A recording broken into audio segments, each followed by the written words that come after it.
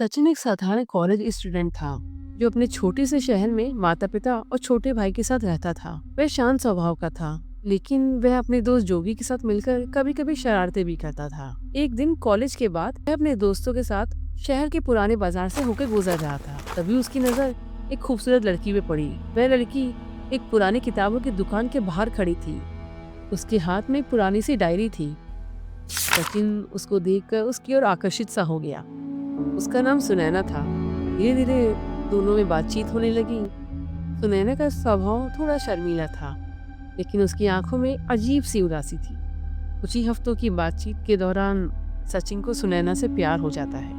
वह रोज उससे मिलने जाता, लेकिन सुनैना हमेशा अकेले और सुनसान जगह पर मिलने को कहती। एक दिन सुनैना ने सचिन को अपने घर का पता दिया, लेकिन सचिन जब वहां पहुंचा तो पता चला कि वह घर सालों से खाली पड़ा है। सुनैना को वहां ना पाकर सचिन अपने घर आ जाता है। सचिन अपने कमरे में बैठा था कि उसका दिमाग सुनैना के बारे में सोच सोच कर परेशान हो रहा था। तभी उसका दोस्त जोगी अचानक से उसे कमरे में आ जाता है और सचिन से पूछता है। क्या हुआ यार, इतने परेशान क्यों दिख रहा है? सचिन आह बढ़ते हुए कहता है, वो सुनैना जिसके बारे में मैंने तुझे बताया था ना, वह मुझसे मिलने नहीं आई। मैं 4 दिन से उसका इंतजार कर रहा हूँ, लेकिन वो गायब है। जोगी हंस पड़ता है। अरे यार, इतनी सी बात, उसके घर चला जाता, शायद कोई परेशानी होगी। सचिन सिर झुकाकर कहता है, मैंने कोशिश की थी, लेकिन जिस घर का पता उसने मुझे बताया था वहाँ कोई सुनैना नहीं रहती। पूरे मोहल्ले में उसे कोई भी नहीं जानता। जोगी की हंसी बंद हो जाती है। वह शायद उस लड़की ने तुझे धोखा दिया और झूठा पता दे दिया हो। सचिन कहता है, नहीं यार, उसकी आंखों में सच्चा प्यार था। वह मुझे धोखा नहीं दे सकती। योगी सचिन की बात सुनकर उसके घर से चला जाता है।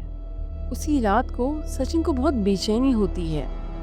उसको नींद नहीं आ रही होती। सचिन छत पर जाने का फैसला करता है। वो सोचता है शायद ताजी हवा से उसका दिमाग शांत हो जाए। सचिन छत पर चला जाता है। छत पर गहरा सन्नाटा था। तभी उसे पानी की टंकी के पास एक साया दिखाई दिया। वह डर गया। वहाँ कौन है? उसने आवाज दी, लेकिन कोई जवाब नहीं आया।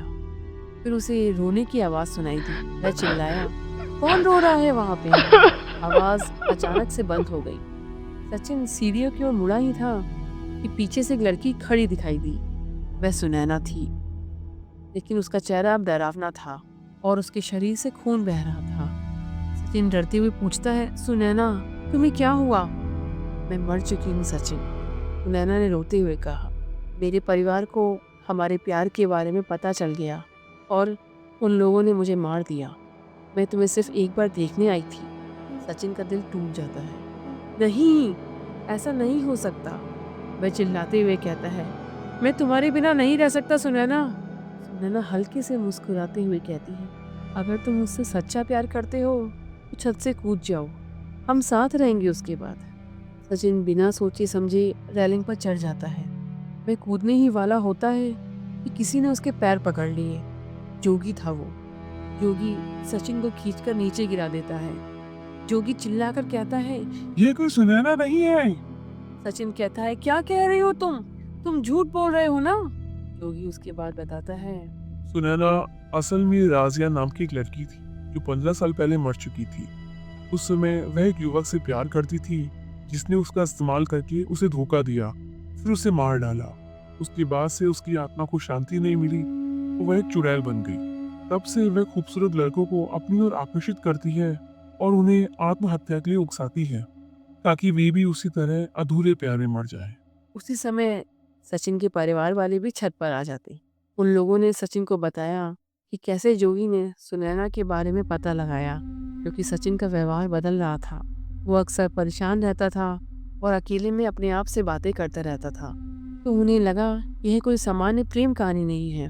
उन्होंने बताया कि जोगी ने पूरी रात रिसर्च करके यह जानकारी जुटाई थी। उसने ये पता लगाने की कोशिश की आखिर ये लड़की कौन है जो सचिन को धोखा दे रही है। सचिन को अब समझ में आ गया था, वह किसी भ्रम का शिकार हो गया था। लेकिन जब वो नीचे जाने लगा तो फिर से उसे सुनैना के रोने की आवाज़ सुनाई दी। इस बार उसने पीछे मुड़कर नहीं देखा।